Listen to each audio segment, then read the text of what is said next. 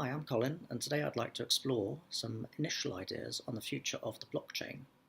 Now, at the moment, the current financial system has loads of weaknesses. There's intransparency, there's money being created out of basically nowhere, usually unfairly to someone's advantage, and there's loads of different competing systems and currencies and things like that. Now, cryptocurrencies, as they are at the moment, really just add to that confusion and competition. They don't really solve it. Fortunately, the underlying blockchain technology can do an awful lot more than is being asked of it at the moment and could provide the solution. A bit of a clue lies in people talking about cryptocurrencies being backed by assets such as gold or oil or precious metals. But why stop just there? Why not have it backed by every asset? So, for example, my net worth as an individual could be my house, could be my car, could be as simple as this pen.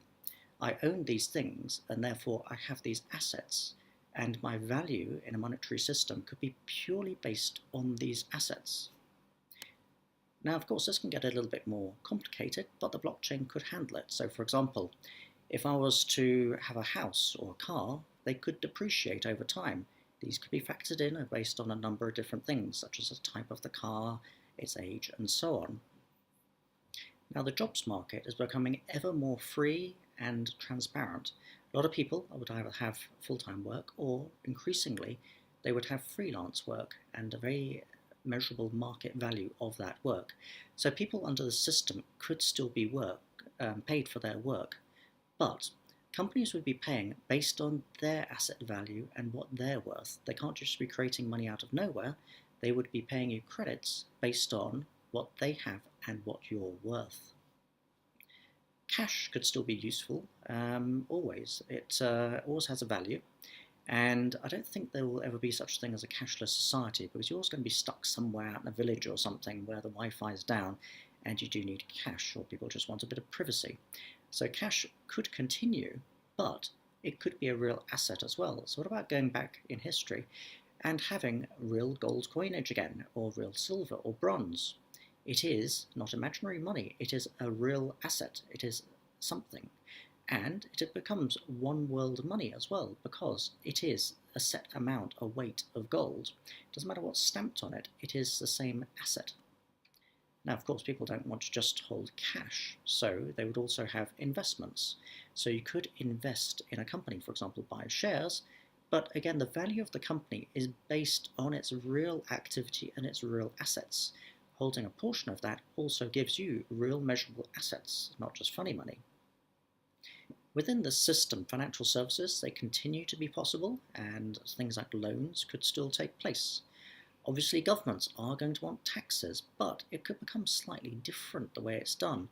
So, for example, I could get tax credits by providing a service to the government in terms of expertise or time. So this all becomes more flexible as well.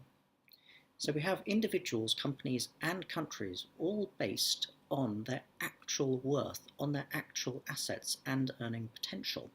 So there's no funny money in the whole system, and credits are just really reflecting what's really out there. Now, this could all be very vulnerable, you say, because everything is held then on the blockchain. But as it's all based on reality, on real things, imagine all the data goes down. You still own the real things. I would still have this pen. So to reset the system, you're resetting the system based on reality. I have this pen. I reset the system to say, I do have this pen. I do have this house. I do have this car. So the data, because it's real, can always be reset. It only gets difficult when you lose data about imaginary things like imaginary money. Now, how could a system like this phase in? Well, it wouldn't be immediate, but think about a number of trends that are happening at the moment already. Think about credit rating agencies, or even companies that hold your personal financial information. They're already collecting information about your assets and your worth. Imagine if that was made more sophisticated, again using blockchain. Then you'd have that moving in the right direction. The jobs market already is becoming much more transparent and sophisticated. That will also continue doing more in that same direction. Now, there are some gaps, but you'd expect that the private sector entrepreneurs would fill those gaps in terms of information, in terms of blockchain hosting, and in terms of trading systems. So what we're doing is we're getting some very old concepts and adding some really good new technology on top. In the process, we're avoiding all of the mess we've made in the middle, but moving on to something really steady, dynamic at the same time. So as I said, this is really just the beginnings of an idea. A lot more flesh would have to be put on those bones. But you can see where it's going, where everything real is reflected within the blockchain. Money doesn't really exist as a separate entity. It is only reflecting what is really happening out there in the world and solves loads of problems in the process. It avoids all of this competition, it avoids the intransparency, and has loads of security to it. So, just an idea, but it looks like things are already beginning to move in that direction.